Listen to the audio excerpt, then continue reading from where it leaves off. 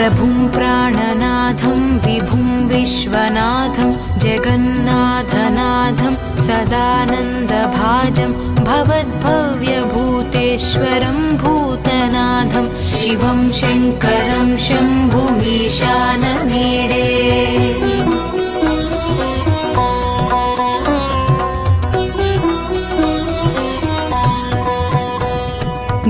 गळेरुण्डमालं तनौ सर्पजालं महाकालकालं गणेशादिपालं जटाजूटगङ्गोत्तरं गैर्विशालं शिवं शङ्करं शम्भुमीशानमीडे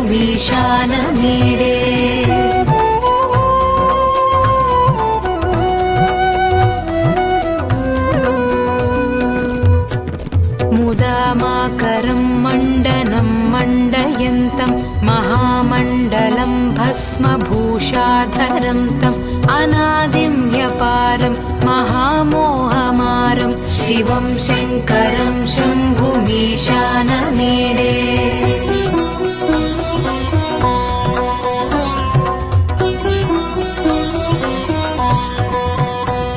वटाधो निवासं महाटाट्टहासं महापापनाशं सदा सुप्रकाशं गिरीशं गणेशं सुरेशं महेशं शिवं शङ्करं शम्भुमीशानमीडे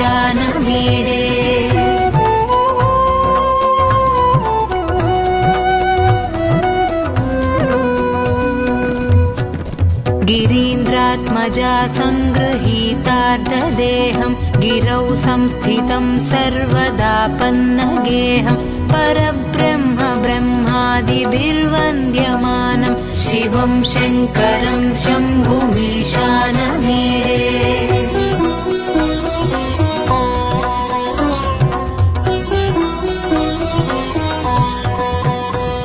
कपालं त्रिशूलं कराभ्यां दधानं पदाम्भोजनं रायकामं ददानं बलिवर्धमानं सुराणां प्रधानं शिवं शङ्करं शम्भुमीशानमीडे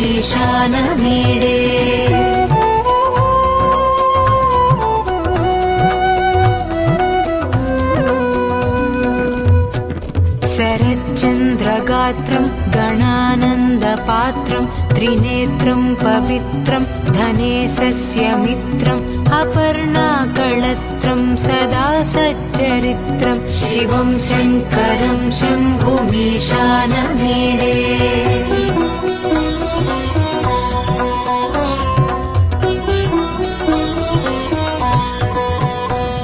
हरं सर्पहारं चिताभूविहारं भवं वेदसारं सदा निर्विकारं श्मशाने वसन्तं मनोजं दहन्तं शिवं शङ्करं शम्भुमीशानमीडे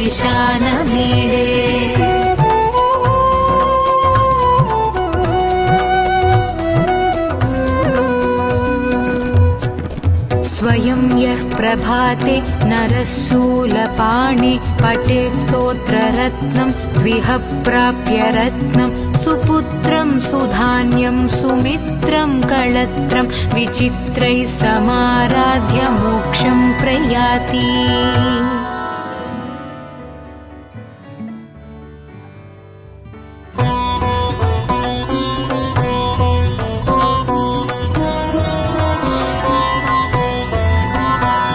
प्रभुं प्राणनाथं विभुं विश्वनाथं जगन्नाथनाथं सदानन्दभाजं भवद्भव्यभूतेश्वरं भूतनाथं शिवं शङ्करं शम्भुमीशानमीडे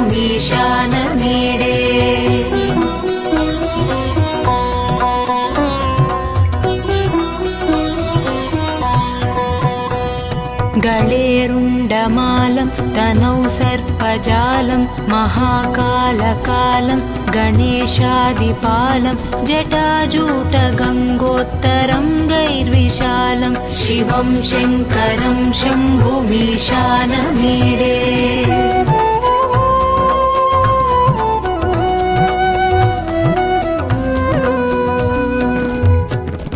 मुदामाकरं मण्डनं मण्डयन्तं महामण्डलं कालं भस्मभूषाधरं तम् अनादिं ह्यपारं महामोहमारं शिवं शङ्करं शम्भुमीशानमीडे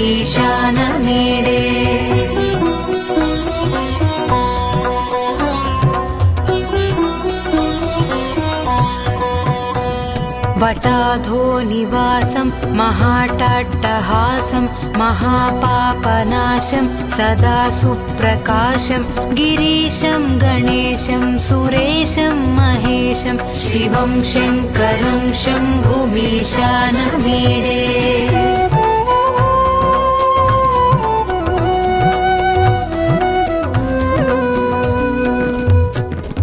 गिरीन्द्रात्मजा सङ्गृहीतार्धदेहं गिरौ संस्थितं सर्वदापन्नगेहं परब्रह्म ब्रह्मादिभिर्वन्द्यमानं शिवं शङ्करं शम्भुमीशानमीडे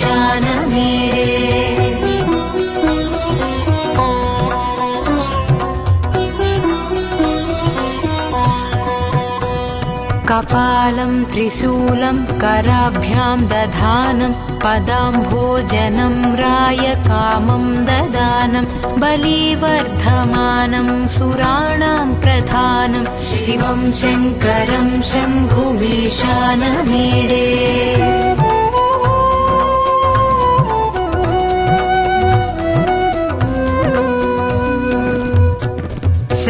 शरच्चन्द्रगात्रं गणानन्दपात्रं त्रिनेत्रं पवित्रं धनेशस्य मित्रम् अपर्णाकळत्रं सदा सच्चरित्रं शिवं शङ्करं शम्भुमीशानमीडे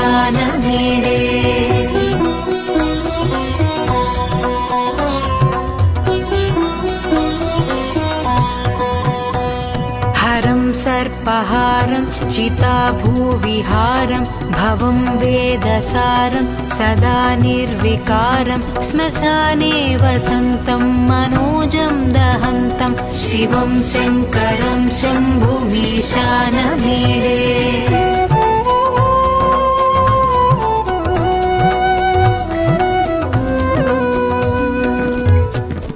स्वयं यः प्रभाते नरः शूलपाणे पठेत् स्तोत्ररत्नं द्विह प्राप्य रत्नं सुपुत्रं सुधान्यं सुमित्रं कळत्रं विचित्रैः समाराध्य मोक्षं प्रयाति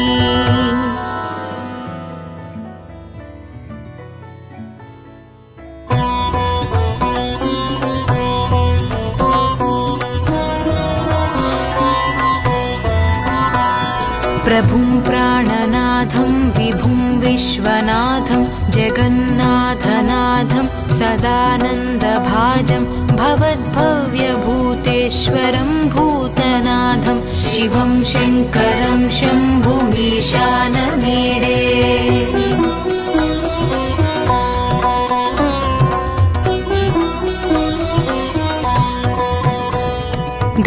गळेरुण्डमालं तनौ सर्पजालं महाकालकालं गणेशादिपालं जटाजूटगङ्गोत्तरं गैर्विशालं शिवं शङ्करं शम्भुमीशानमीडे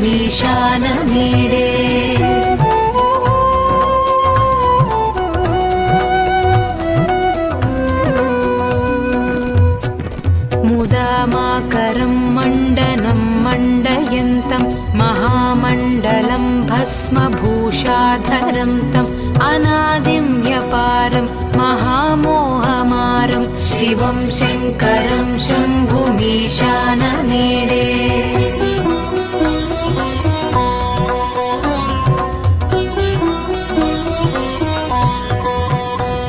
वटाधो निवासं महाटाट्टहासं महापापनाशं सदा सुप्रकाशं गिरीशं गणेशं सुरेशं महेशं शिवं शङ्करं शम्भुमीशानमीडे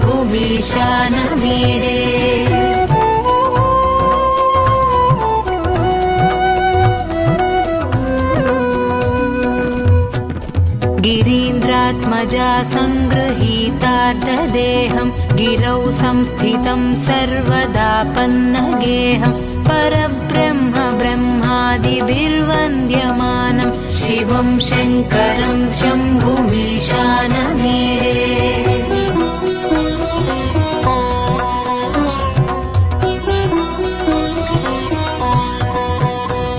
कपालं त्रिशूलं कराभ्यां दधानं पदाम्भोजनं रायकामं ददानं बलिवर्धमानं सुराणां प्रधानं शिवं शङ्करं शम्भुमीशानमीडे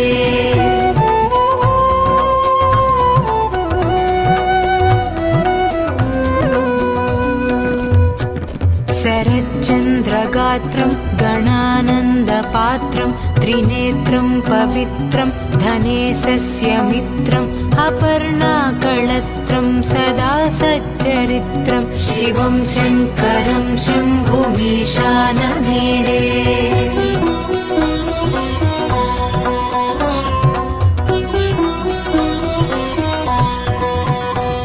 हरं सर्पहारं चिताभूविहारं भवं वेदसारं सदा निर्विकारं श्मशाने वसन्तं मनोजं दहन्तं शिवं शङ्करं शम्भुमीशानमीडे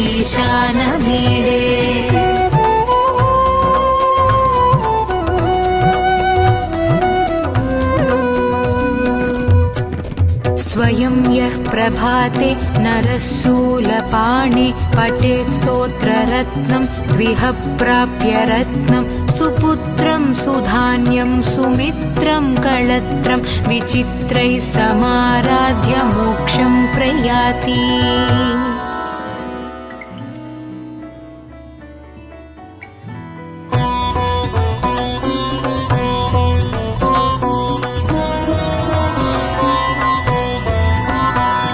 प्रभुं प्राणनाथं विभुं विश्वनाथं जगन्नाथनाथं सदानन्दभाजं भवद्भव्यभूतेश्वरं भूतनाथं शिवं शङ्करं शम्भुमीशानमीडे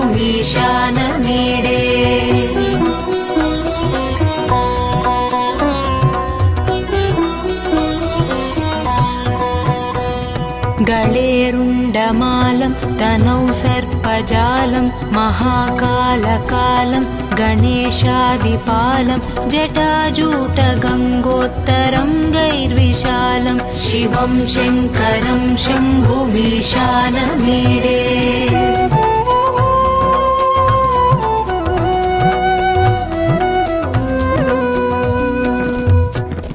मुदामाकरं मण्डनं मण्डयन्तं महामण्डलं भस्मभूषाधरं तम् अनादिं ह्यपारं महामोहमारं शिवं शङ्करं शम्भुमीशानमीडे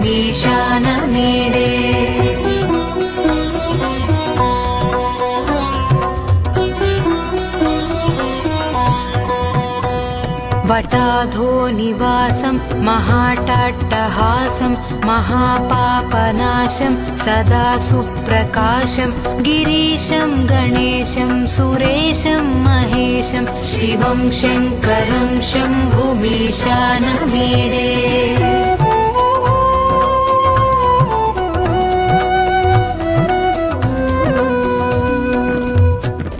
गिरीन्द्रात्मजा सङ्गृहीतार्तदेहं गिरौ संस्थितं सर्वदापन्नगेहं परब्रह्म ब्रह्मादिभिर्वन्द्यमानं शिवं शङ्करं शम्भुमीशानमीडे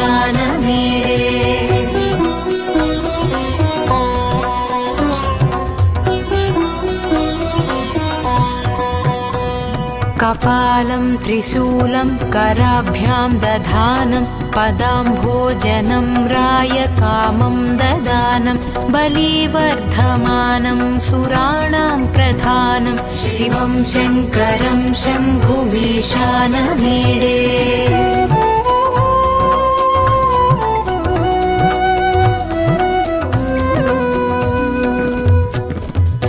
शरच्चन्द्रगात्रं गणानन्दपात्रं त्रिनेत्रं पवित्रं धनेशस्य मित्रम् अपर्णाकळत्रं सदा सच्चरित्रं शिवं शङ्करं शम्भुमीशानमीडे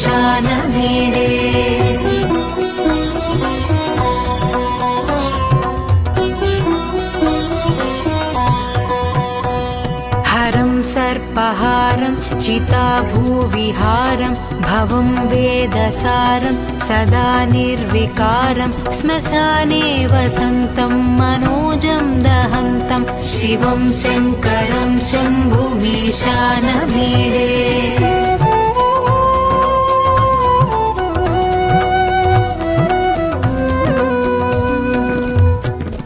स्वयं यः प्रभाते नरः शूलपाणे पठेत् स्तोत्ररत्नं द्विह प्राप्य रत्नं सुपुत्रं सुधान्यं सुमित्रं कळत्रं विचित्रैः समाराध्य मोक्षं प्रयाति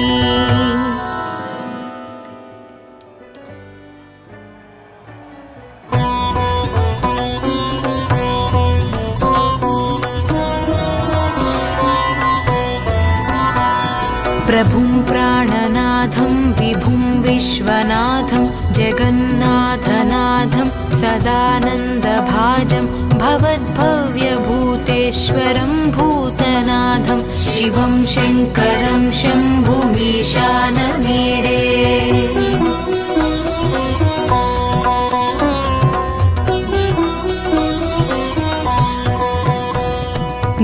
गळेरुण्डमालं तनौ सर्पजालं महाकालकालं गणेशादिपालं जटाजूटगङ्गोत्तरङ्गैर्विशालं शिवं शङ्करं शम्भुमीशानमीडे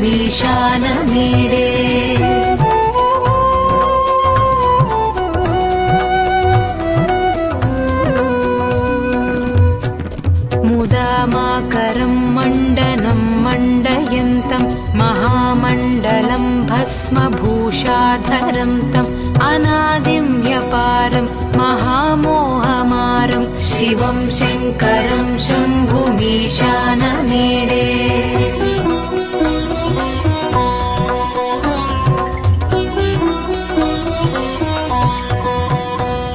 वटाधो निवासं महाटाट्टहासं महापापनाशं सदा सुप्रकाशं गिरीशं गणेशं सुरेशं महेशं शिवं शङ्करं शम्भुमीशानमीडे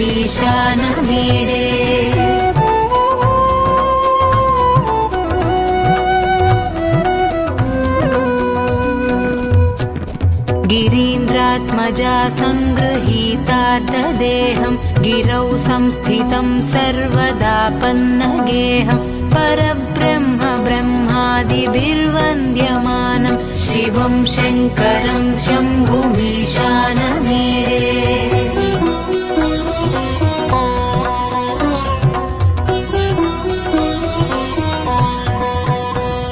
कपालं त्रिशूलं कराभ्यां दधानं पदाम्भोजनं रायकामं ददानं बलिवर्धमानं सुराणां प्रधानं शिवं शङ्करं शम्भुमीशानमीडे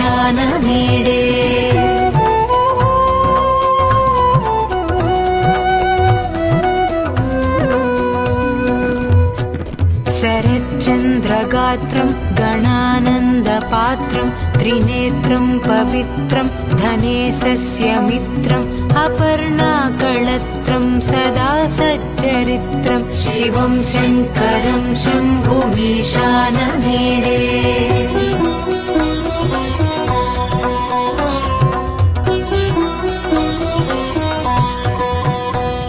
हरं सर्पहारं चिताभूविहारं भवं वेदसारं सदा निर्विकारं श्मशाने वसन्तं मनोजं दहन्तं शिवं शङ्करं शम्भुमीशानमीडे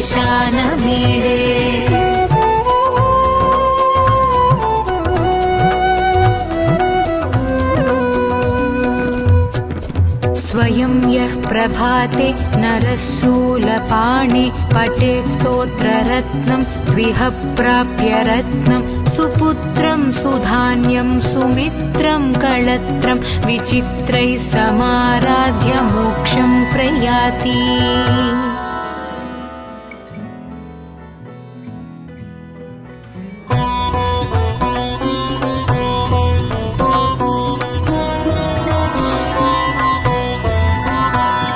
प्रभुं प्राणनाथं विभुं विश्वनाथं जगन्नाथनाथं सदानन्दभाजं भवद्भव्यभूतेश्वरं भूतनाथं शिवं शङ्करं शम्भुमीशानमीडे।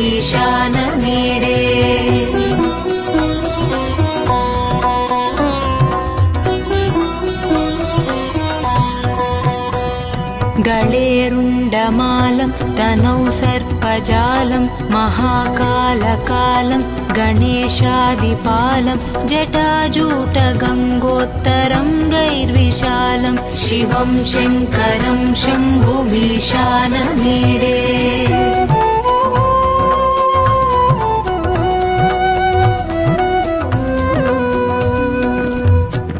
मुदामाकरं मण्डनं मण्डयन्तं महामण्डलं भस्मभूषाधरं तम् अनादिं ह्यपारं महामोहमारं शिवं शङ्करं शम्भुमीशानमीडे।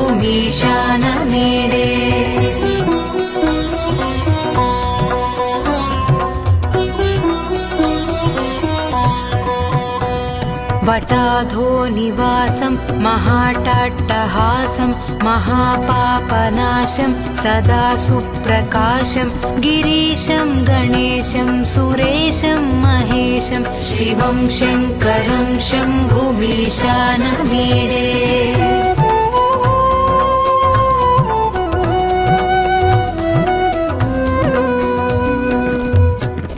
गिरीन्द्रात्मजा सङ्गृहीतार्थदेहं गिरौ संस्थितं सर्वदापन्नगेहं परब्रह्म ब्रह्मादिभिर्वन्द्यमानं शिवं शङ्करं शम्भुमीशानमीडे।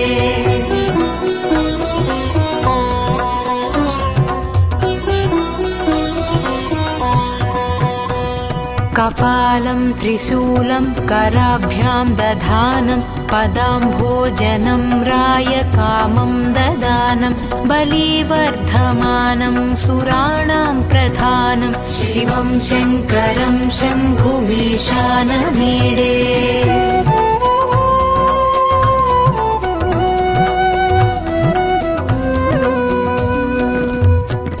शरच्चन्द्रगात्रं गणानन्दपात्रं त्रिनेत्रं पवित्रं धनेशस्य मित्रम् अपर्णाकळत्रं सदा सच्चरित्रं शिवं शङ्करं शम्भुमीशानमीडे।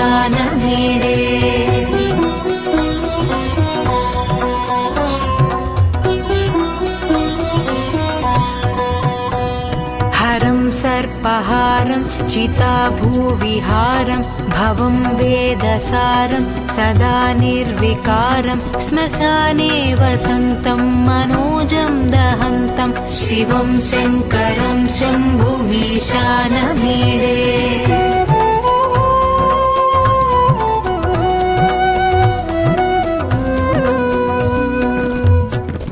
स्वयं यः प्रभाते नरः शूलपाणे पठेत् स्तोत्ररत्नं द्विह प्राप्य रत्नं सुपुत्रं सुधान्यं सुमित्रं कळत्रं विचित्रैः समाराध्य मोक्षं प्रयाति।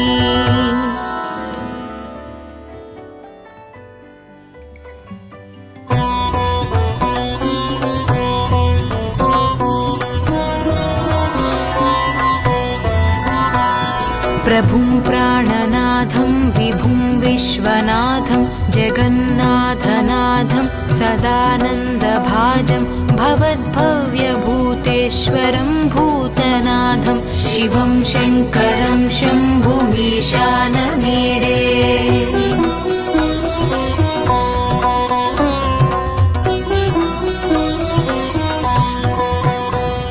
गळेरुण्डमालं तनौ सर्प सर्पजालं महाकालकालं गणेशादिपालं जटाजूटगङ्गोत्तरं गैर्विशालं शिवं शङ्करं शम्भुमीशानमीडे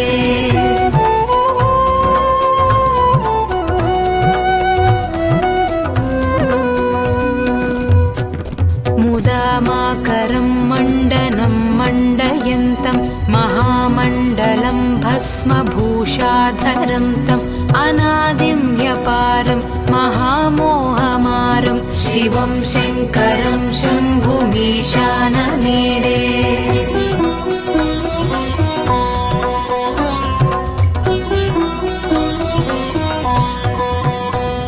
वटाधो निवासं महाटाट्टहासं महापापनाशं सदा सुप्रकाशं गिरीशं गणेशं सुरेशं महेशं शिवं शङ्करं शम्भुमीशानमीडे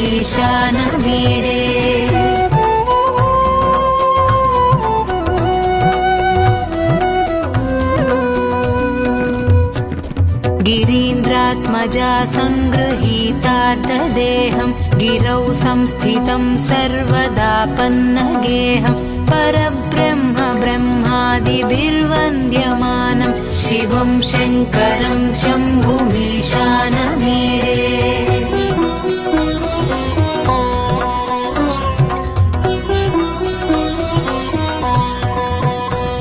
कपालं त्रिशूलं कराभ्यां दधानं पदाम्भोजनं रायकामं ददानं बलिवर्धमानं सुराणां प्रधानं शिवं शङ्करं शम्भुमीशानमीडे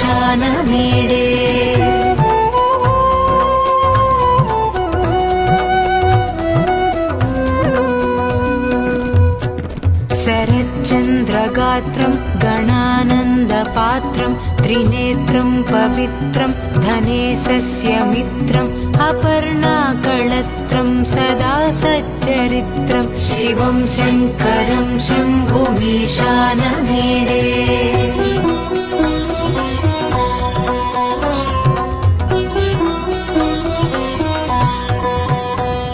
हरं सर्पहारं चिताभूविहारं भवं वेदसारं सदा निर्विकारं श्मशाने वसन्तं मनोजं दहन्तं शिवं शङ्करं शम्भुमीशानमीडे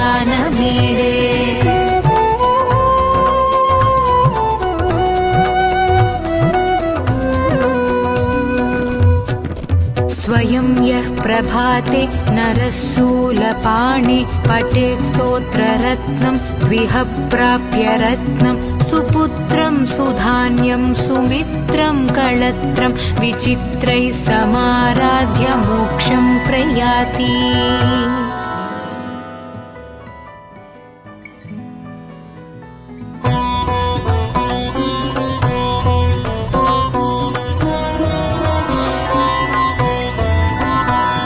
प्रभुं प्राणनाथं विभुं विश्वनाथं जगन्नाथनाथं सदानन्दभाजं भवद्भव्यभूतेश्वरं भूतनाथं शिवं शङ्करं शम्भुमीशानमीडे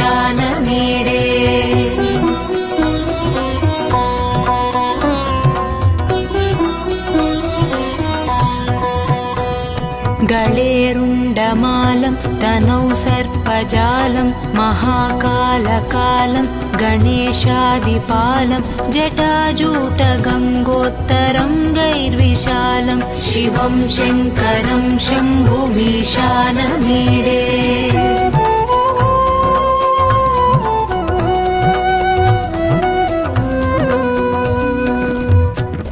मुदामाकरं मण्डनं मण्डयन्तं महामण्डलं भस्मभूषाधरं तम् अनादिं ह्यपारं महामोहमारं शिवं शङ्करं शम्भुमीशानमीडे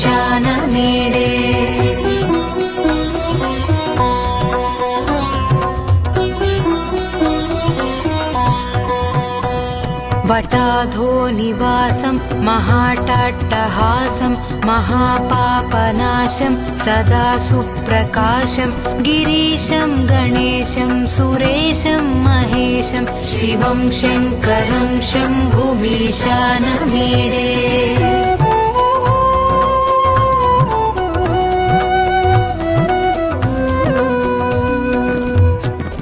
गिरीन्द्रात्मजा सङ्गृहीतार्धदेहं गिरौ संस्थितं सर्वदापन्नगेहं परब्रह्म ब्रह्मादिभिर्वन्द्यमानं शिवं शङ्करं शम्भुमीशानमीडे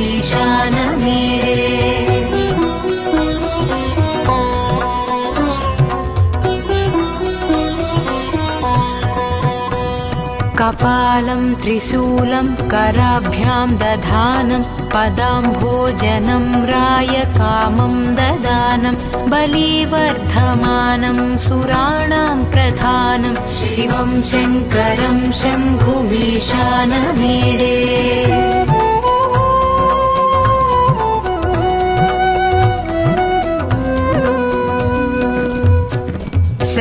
शरच्चन्द्रगात्रं गणानन्दपात्रं त्रिनेत्रं पवित्रं धनेशस्य मित्रम् अपर्णाकळत्रं सदा सच्चरित्रं शिवं शङ्करं शम्भुमीशानमीडे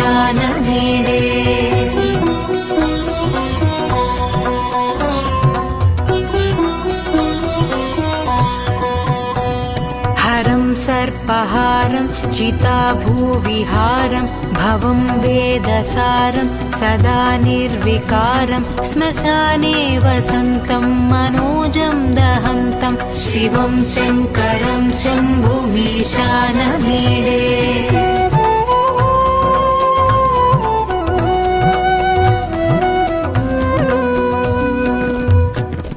स्वयं यः प्रभाते नरः शूलपाणे पठेत् स्तोत्ररत्नं द्विह प्राप्य रत्नं सुपुत्रं सुधान्यं सुमित्रं कळत्रं विचित्रैः समाराध्य मोक्षं प्रयाति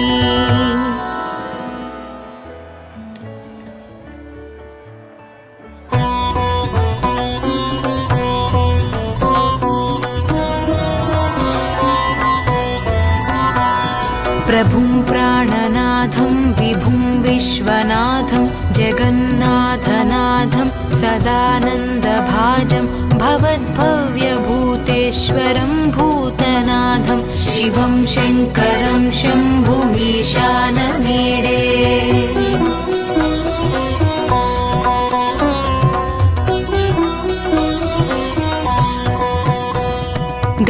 गळेरुण्डमालं तनौ सर्पजालं महाकालकालं गणेशादिपालं जटाजूटगङ्गोत्तरङ्गैर्विशालं शिवं शङ्करं शम्भुमीशानमीडे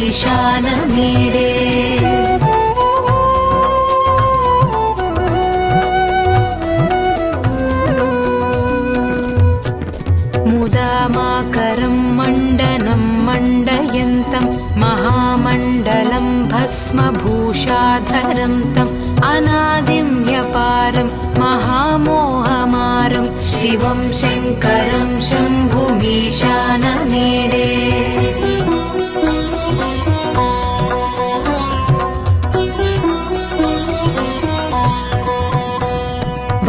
वटाधोनिवासं महाटाट्टहासं महापापनाशं सदा सुप्रकाशं गिरीशं गणेशं सुरेशं महेशं शिवं शङ्करं शम्भुमीशानमीडे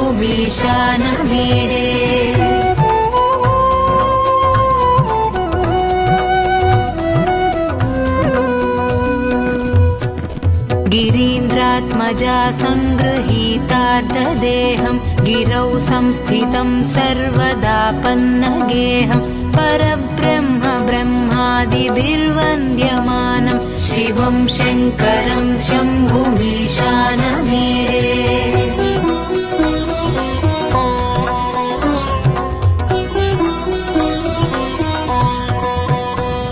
कपालं त्रिशूलं कराभ्यां दधानं पदाम्भोजनं रायकामं ददानं बलिवर्धमानं सुराणां प्रधानं शिवं शङ्करं शम्भुमीशानमीडे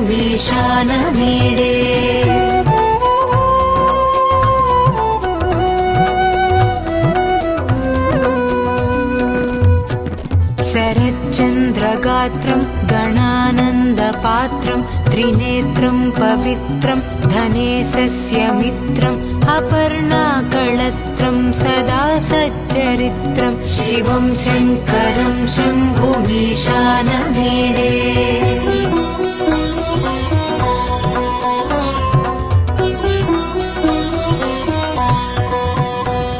हरं सर्पहारं चिताभूविहारं भवं वेदसारं सदा निर्विकारं श्मशाने वसन्तं मनोजं दहन्तं शिवं शङ्करं शम्भुमीशानमीडे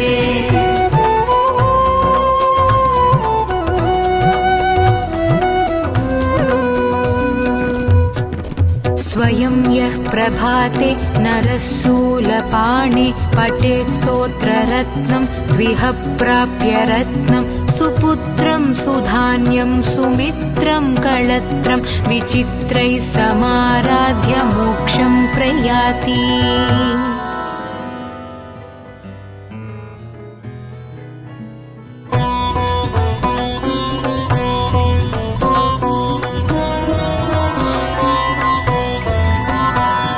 प्रभुं प्राणनाथं विभुं विश्वनाथं जगन्नाथनाथं सदानन्दभाजं भवद्भव्यभूतेश्वरं भूतनाथं शिवं शङ्करं शम्भुमीशानमीडे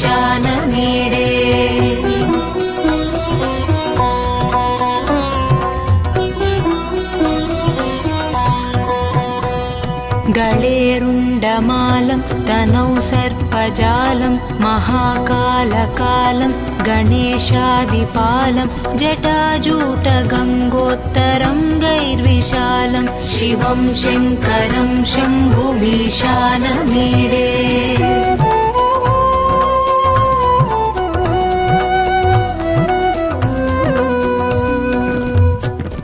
मुदामाकरं मण्डनं मण्डयन्तं महामण्डलं भस्मभूषाधरं तम् अनादिं ह्यपारं महामोहमारं शिवं शङ्करं शम्भुमीशानमीडे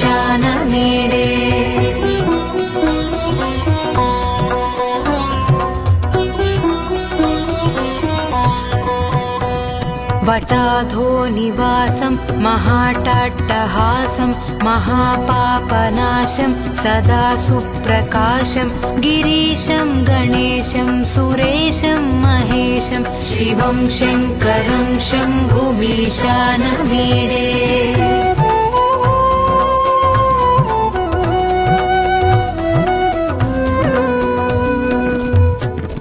गिरीन्द्रात्मजा सङ्गृहीतार्धदेहं गिरौ संस्थितं सर्वदापन्नगेहं परब्रह्म ब्रह्मादिभिर्वन्द्यमानं शिवं शङ्करं शम्भुमीशानमीडे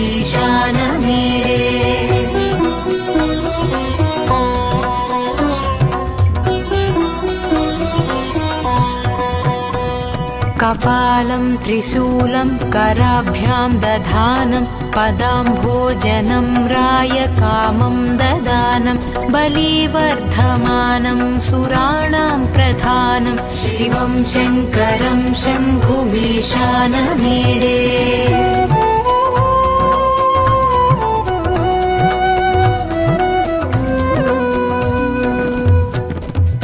शरच्चन्द्रगात्रं गणानन्दपात्रं त्रिनेत्रं पवित्रं धनेशस्य मित्रम् अपर्णाकळत्रं सदा सच्चरित्रं शिवं शङ्करं शम्भुमीशानमीडे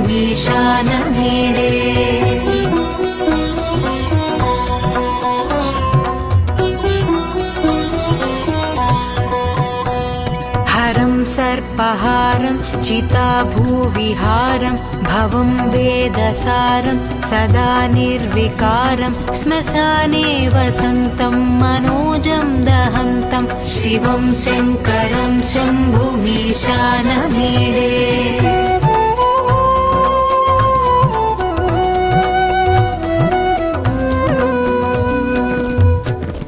स्वयं यः प्रभाते नरः शूलपाणे पठेत् स्तोत्ररत्नं द्विह प्राप्य रत्नं सुपुत्रं सुधान्यं सुमित्रं कळत्रं विचित्रैः समाराध्य मोक्षं प्रयाति।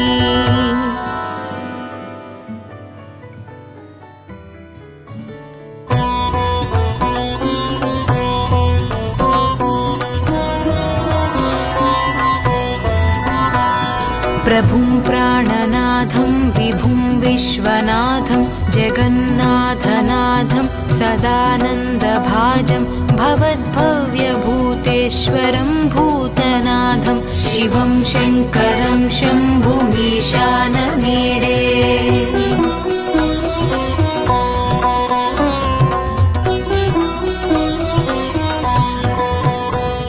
गळेरुण्डमालं तनौ सर्पजालं महाकालकालं गणेशादिपालं जटाजूटगङ्गोत्तरं गैर्विशालं शिवं शङ्करं शम्भुमीशानमीडे।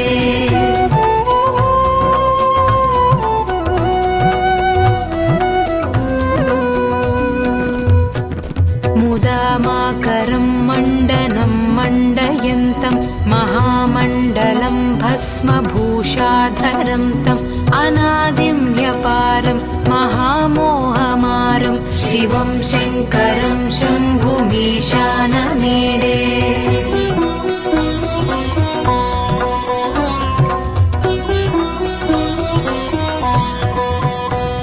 वटाधो निवासं महाटाट्टहासं महापापनाशं सदा सुप्रकाशं गिरीशं गणेशं सुरेशं महेशं शिवं शङ्करं शम्भुमीशानमीडे।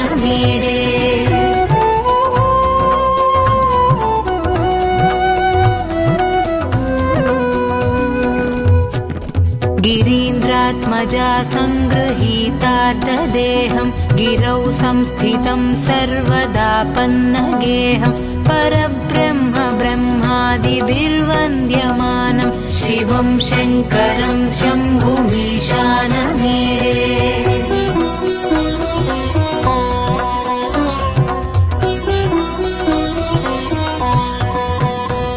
कपालं त्रिशूलं कराभ्यां दधानं पदाम्भोजनं रायकामं ददानं बलिवर्धमानं सुराणां प्रधानं शिवं शङ्करं शम्भुमीशानमीडे।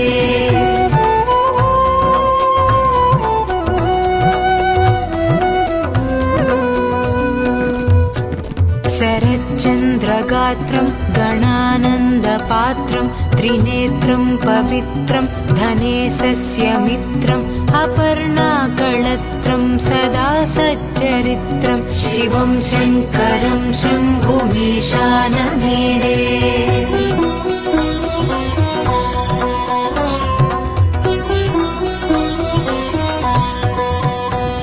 हरं सर्पहारं चिताभूविहारं भवं वेदसारं सदा निर्विकारं श्मशाने वसन्तं मनोजं दहन्तं शिवं शङ्करं शम्भुमीशानमीडे।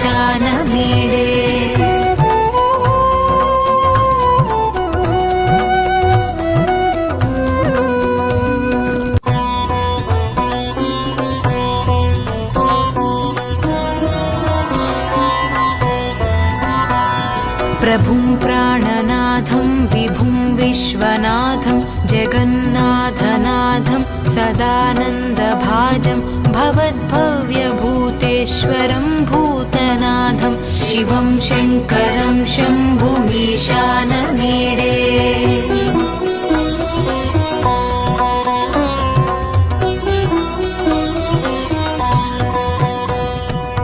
गलेरुण्डमालं तनौ सर्पजालं महाकालकालं गणेशादिपालं जटाजूटगङ्गोत्तरं गैर्विशालं शिवं शङ्करं शम्भुमीशानमीडे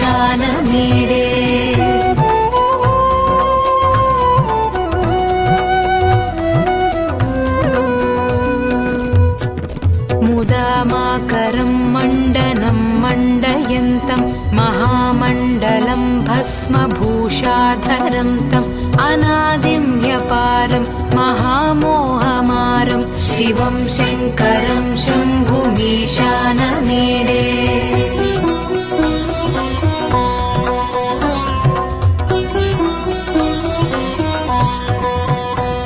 वटाधो निवासं महाटाट्टहासं महापापनाशं सदा सुप्रकाशं गिरीशं गणेशं सुरेशं महेशं शिवं शङ्करं शम्भुमीशानमीडे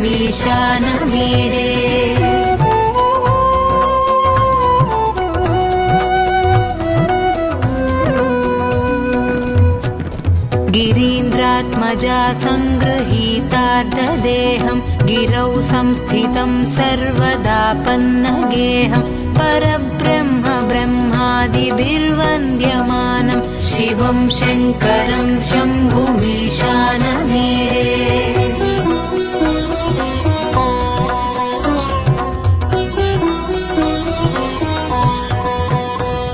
कपालं त्रिशूलं कराभ्यां दधानं पदाम्भोजनं रायकामं ददानं बलिवर्धमानं सुराणां प्रधानं शिवं शङ्करं शम्भुमीशानमीडे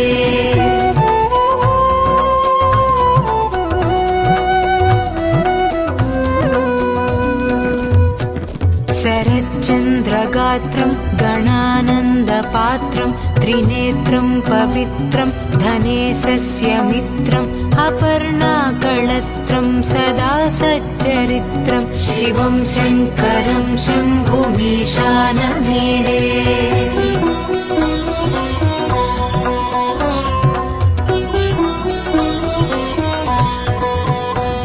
हरं सर्पहारं चिताभूविहारं भवं वेदसारं सदा निर्विकारं श्मशाने वसन्तं मनोजं दहन्तं शिवं शङ्करं शम्भुमीशानमीडे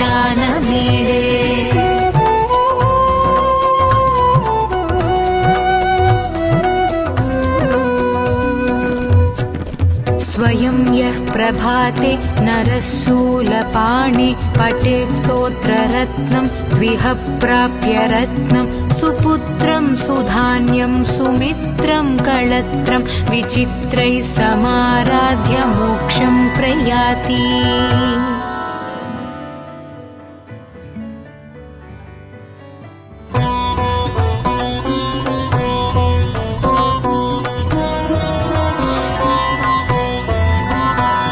प्रभुं प्राणनाथं विभुं विश्वनाथं जगन्नाथनाथं सदानन्दभाजं भवद्भव्यभूतेश्वरं भूतनाथं शिवं शङ्करं शम्भुमीशानमीडे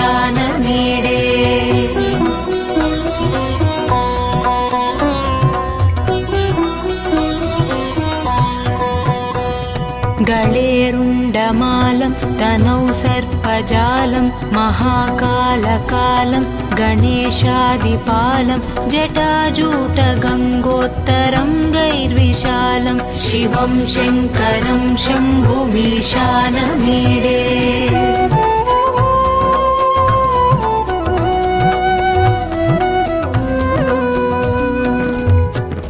मुदामाकरं मण्डनं मण्डयन्तं महामण्डलं भस्मभूषाधरं तम् अनादिं ह्यपारं महामोहमारं शिवं शङ्करं शम्भुमीशानमीडे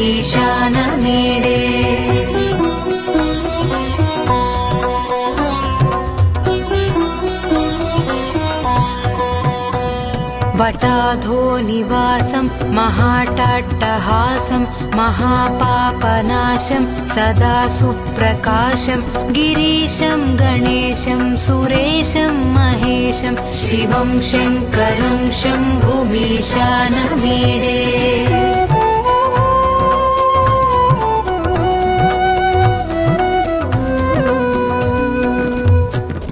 गिरीन्द्रात्मजा सङ्गृहीतार्धदेहं गिरौ संस्थितं सर्वदापन्नगेहं परब्रह्म ब्रह्मादिभिर्वन्द्यमानं शिवं शङ्करं शम्भुमीशानमीडे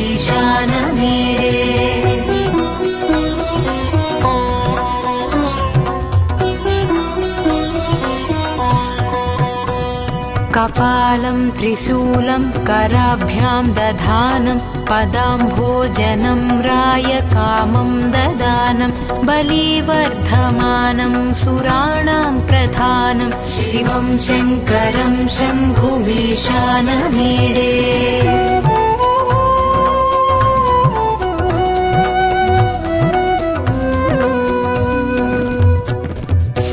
शरच्चन्द्रगात्रं गणानन्दपात्रं त्रिनेत्रं पवित्रं धनेशस्य मित्रम् अपर्णाकळत्रं सदा सच्चरित्रं शिवं शङ्करं शम्भुमीशानमीडे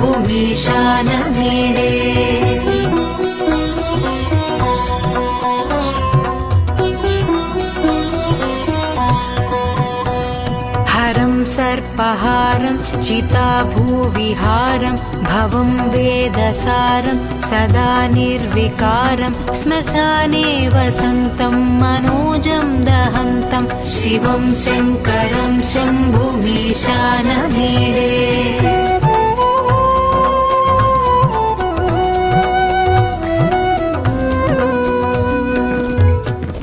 स्वयं यः प्रभाते नरः शूलपाणे पठेत् स्तोत्ररत्नं द्विह प्राप्य रत्नं सुपुत्रं सुधान्यं सुमित्रं कळत्रं विचित्रैः समाराध्य मोक्षं प्रयाति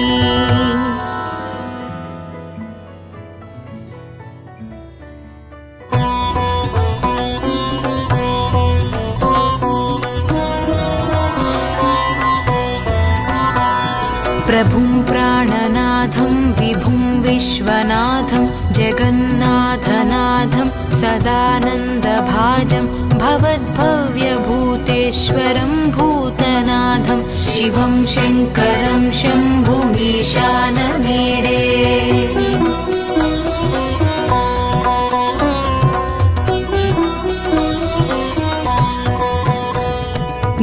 गळेरुण्डमालं तनौ सर्पजालं महाकालकालं गणेशादिपालं जटाजूटगङ्गोत्तरङ्गैर्विशालं शिवं शङ्करं शम्भुमीशानमीडे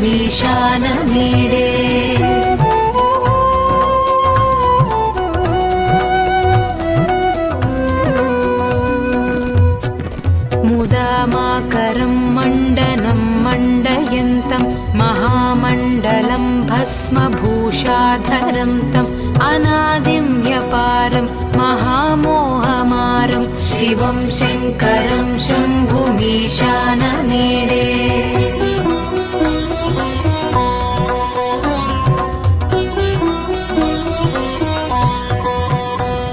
वटाधो निवासं महाटाट्टहासं महापापनाशं सदा सुप्रकाशं गिरीशं गणेशं सुरेशं महेशं शिवं शङ्करं शम्भुमीशानमीडे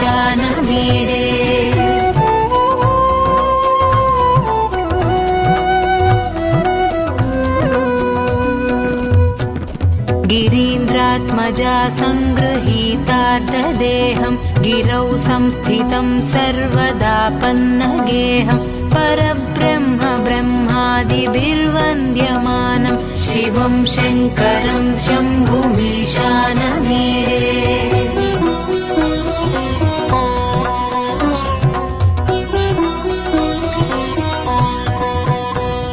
कपालं त्रिशूलं कराभ्यां दधानं पदाम्भोजनं रायकामं ददानं बलिवर्धमानं सुराणां प्रधानं शिवं शङ्करं शम्भुमीशानमीडे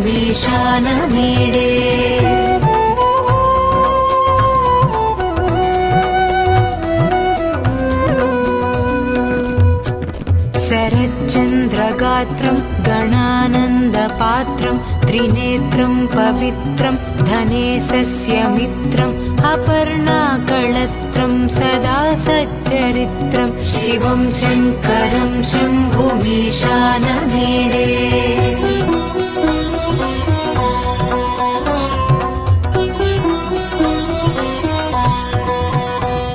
हरं सर्पहारं चिताभूविहारं भवं वेदसारं सदा निर्विकारं श्मशाने वसन्तं मनोजं दहन्तं शिवं शङ्करं शम्भुमीशानमीडे